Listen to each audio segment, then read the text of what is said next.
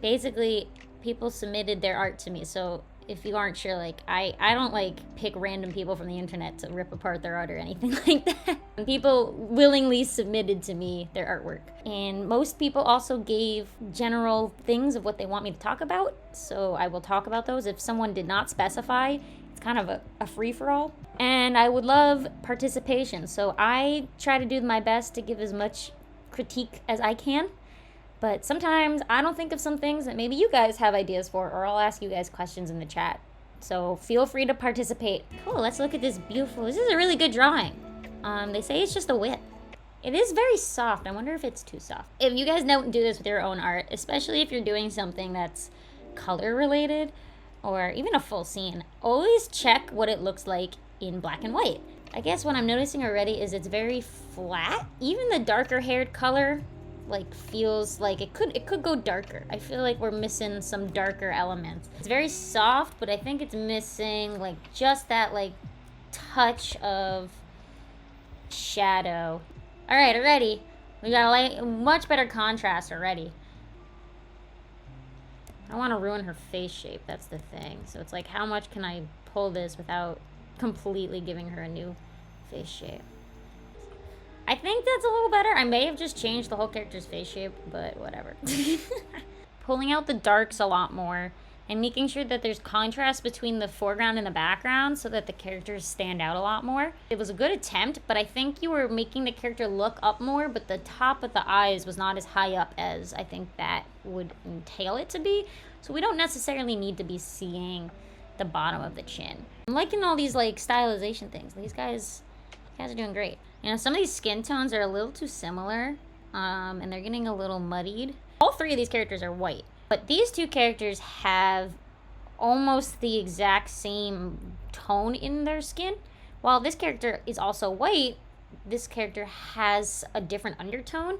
So you can have characters all be like within the same race, but have different undertones in their skin color, and it'll kind of make them all look very different. Oh, there's an overlay on this. You can tell. Does anyone else see it? Green is not really the best base color for skin. It kind of makes you look sickly.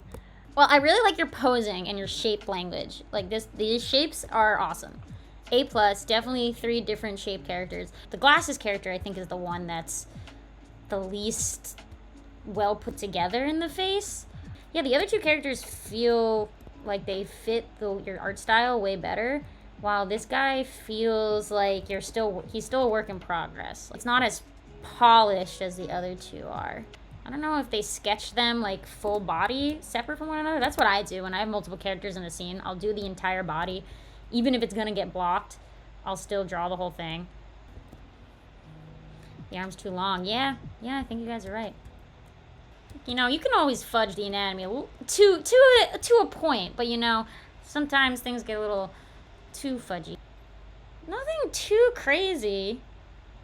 Very subtle things. Like I said, this is pretty decently made. Well, really good art style. The canvas be flipped? Why would the canvas be flipped? I'm gonna tell you now, I don't do that. Everyone's always like, flip your canvas. I've never done that in my life. I think it's one of those gimmick tricks that's like, it makes you feel better when you do it. Like, you're like, oh, I did it, so that means I obviously got it right. But you know, it doesn't guarantee that you're gonna get it right when you flip the canvas, you know. And, you know, you think about it, no one's gonna be flipping your canvas when you post it online, right? Like, that's just for yourself. It's for your own sanity. Other non-canvas flippers, welcome. Oh no, we have a client. Oh, we've all gathered together. Oh no, don't flip the canvas. No one else is gonna see it but you. It's just for yourself, you know? It's only for your peace of mind. So, first thing, big head. This is a problem I think pretty much everyone has. I do it too.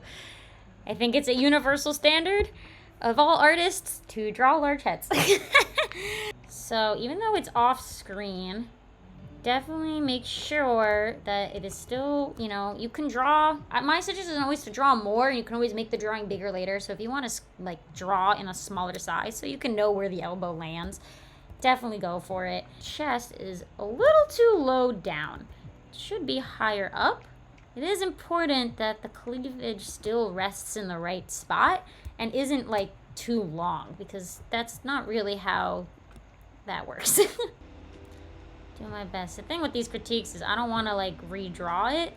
I'm just trying to like edit what's already there. So some look better than others. Now the hair, I'm having a hard time figuring out what's in the front and what's in the back. It's really hard to tell. It's all very muddied together. Actually, pretty decent hands, I will say. Hands are hard. I think her eyes are really high up on her head. If your eyes are gonna be big, like, they should still look natural on the face. It's really hard to tell where the neck is with the way the hair is, so I did my best. Make sure the chest is in the area that the chest should be in, and make sure that the arms are the right length. You can still have a long head, but just make sure that the things are placed proportionate to the length of the head. Oh, so you like this critique? I'm glad you like it. I enjoyed doing these. I think seeing other people's art as well. Even like when you see someone art, like we saw some really good art so far. And even like real good art, there's always something to improve on, you know?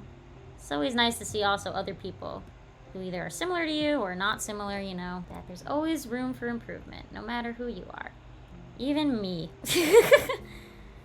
I also always have time for improvement in my life. Sometimes it takes somebody else pointing something out for you to be like, oh yeah, I have been doing that this whole time. I never realized. They need help on the facial structure and the hair. It seems off to them, and they were going for a more cartoony vibe. So we want cartoony.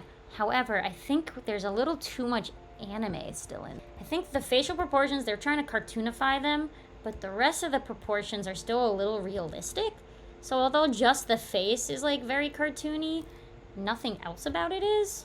So it's kind of throwing it off. So it's like slapping like cartoon face on a real person. You know what I mean? Just like imagine SpongeBob's face plastered onto a real human being. That would be absolutely terrifying. The best way to do cartoon is to like super extreme push your shapes.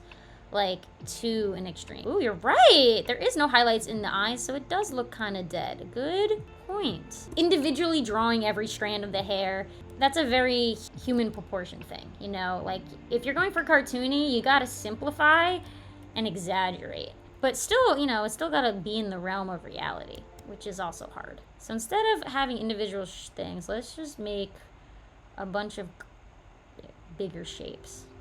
I don't know, I like the line of the nose. It's nice. I mean, it's interesting that you went painterly for something like this, because, you know, usually, you know, painting a cartoon is also going to make it look a little more like it's stuck in realism.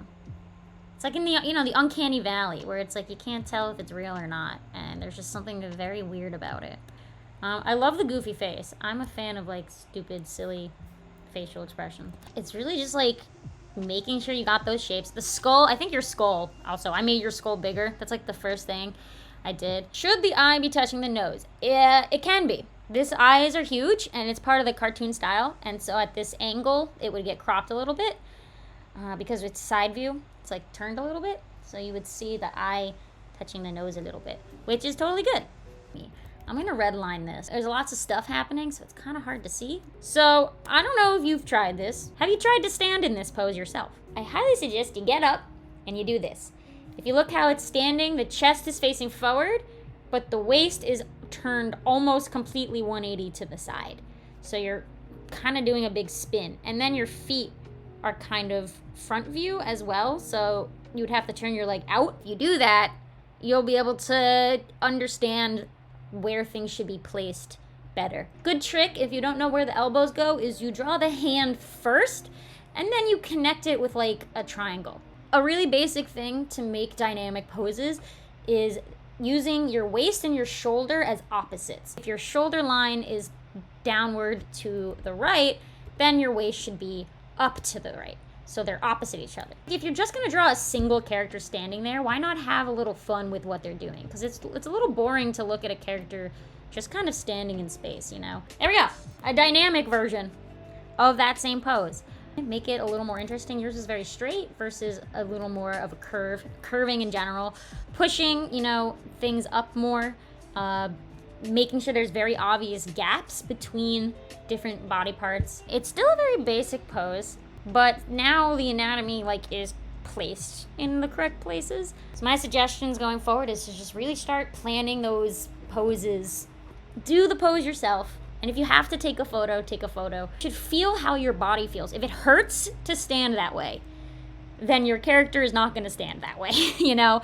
Although I'm going to be editing this digitally, you can still do a lot of these things traditionally. Step away from your drawing. Sometimes if you're drawing way too close up for way too long, you don't really see mistakes. It's the same thing as zooming out digitally, right? That's what stepping back is. Measure things by squinting and holding your fingers up and making sure that the head size is proportionate to the rest. It's always good to catch these in your first drawing phases before you commit to something like this where this person fully colored it. Like once you put the marker down, you can't go back. What I'll suggest is doing a color palette on a scrap paper before you go and color in your character. So with other markers you have, make a little swatch of each of your colors on a scrap piece of paper, take a picture of it, and you can then change that picture to black and white on your phone. So that's how you can see something in black and white. And that helps with grayscaling and making sure that you don't have too many darks and too many lights. It's just more about preemptive. You know, with digital, you can fix things thereafter. With traditional, you have to jump the gun a little more. You know, you have to be on it faster and earlier on in the process. Squeeze that head in.